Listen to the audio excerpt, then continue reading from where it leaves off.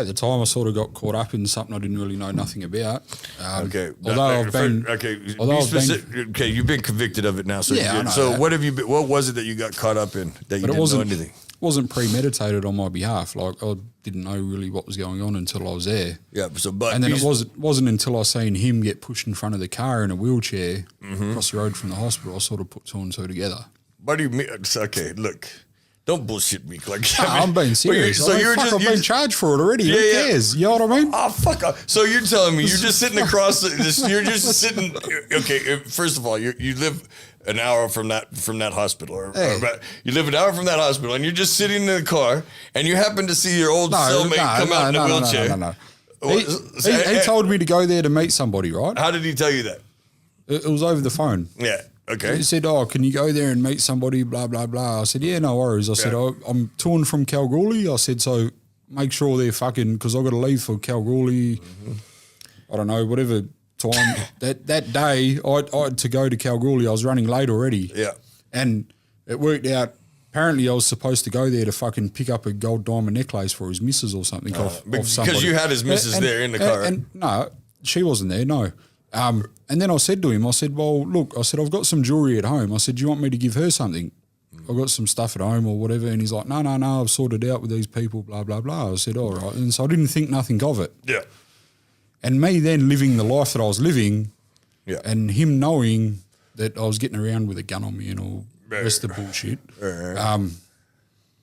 sort of thrown me in there without me knowing really what was going on. No, I'm telling you the truth. I mean, if I'd done the crime, I'd tell you. You did do the crime. There's no doubt you did the crime. I did do the crime, but I'm saying if it was premeditated, I'd say it was premeditated. For fuck's sake, I was in there in a legit car. Don't you think I would have at least taken a stolen car there? You know what I mean? Yeah, well, or at least covered up the plates. Come on. Well, no doubt. So anyway, so you've taken a diamond necklace to see some girl. And I was supposed to pick up something from a chick to give to his missus for Christmas. Okay. Because it was in November, so it was close to Christmas. And he just happened to be on a prison transfer at this time. Yeah, he had organised it, obviously, without me knowing what the fuck was going on. And he just assumed that you would do what you did or what? I think he was trying to push I don't think he wanted to give me too much thought into... He knew that you would react. He would have thought maybe I would have overthought it and just gone, nah, fuck this shit, like I'm not going to do it, you know what I mean? But he thought maybe if he had me out there not knowing what was going on, I might make that. I don't know, Clarky. I love you, buddy, but I'm having a hard time. So what happens is he's broken he sees his mate getting pushed out, from the hospital back into the transport unit, and he sees him just because he was supposed to give a diamond necklace to some girl that was going to be there. Somehow he comes out. I was supposed to get that off somebody else. I was supposed to pick up a Christmas present for his missus. Right. But yeah, and he just happened to be. And I was in a car park across the road from the hospital where they don't transport prisoners from. How did you see him getting? Man, I've been on these transports. They pushed him in front of the car, for fuck's sake. I'm being serious. It's okay. This a fucking dumbass. No, bro. Come on, man. All right, so you accidentally see your friend getting whipped.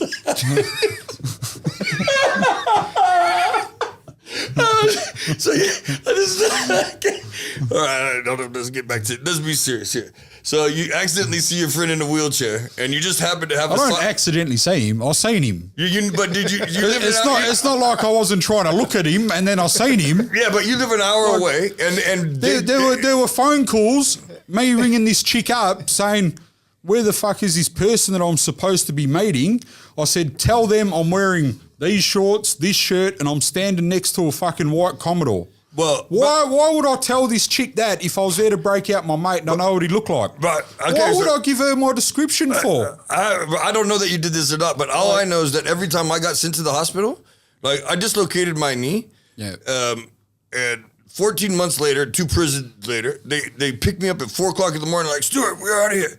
They don't tell you when you're leaving, man. So you had to have some sort of information this dude was going to be there.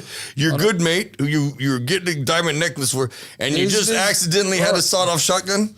I don't know. There's honestly, like, How hard is it to leave a message to somebody, to ring this person and tell this person to ring this person if I'm not here in the morning?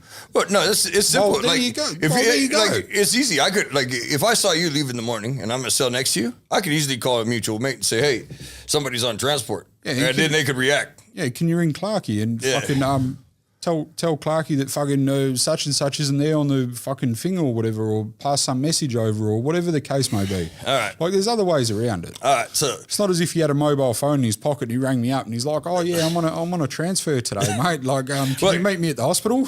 Well, you guys could have had it planned. You could have had it planned, and you could have had it planned, and then somebody in the unit that knew he left. If it would have been planned, there would have been balaclavas, there would have been a stolen car, or at least dodgy plates. There would. Well, I've listened to the news reports because I've only been, and it definitely wasn't sophisticated, was it?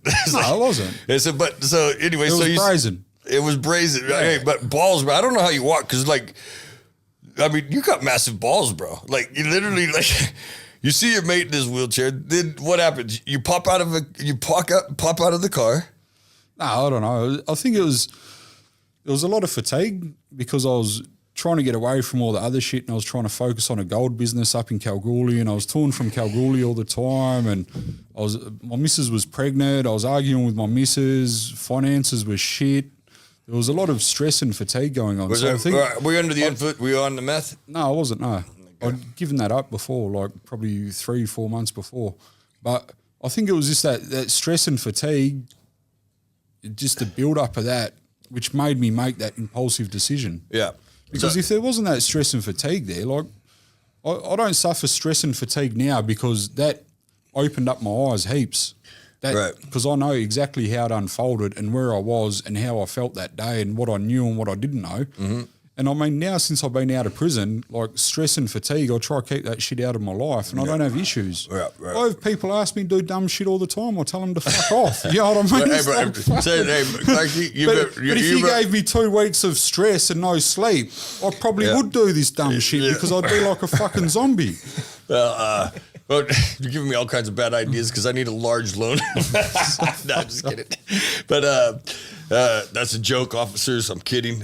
So anyway, so all right, you see him now.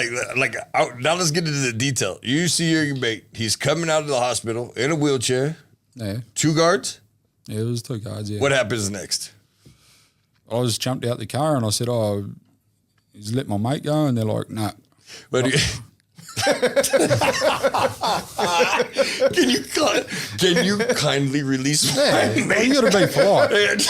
No, well, I said to him, and they're like, no. I said, well, look, I said, listen here. I said, my buddy's coming home with me today. And they're like, no, he isn't. He's a prisoner. I said, look, I said, do you have a family? They said, yes. I said, well, I have a family too. I said, do you want to wake up tomorrow and see your kids? They said, yes. I said, well, so do I. I said, so don't fuck around. Come on, let's go. Pass me my mate. And they're like, oh, no, we can't. Yep.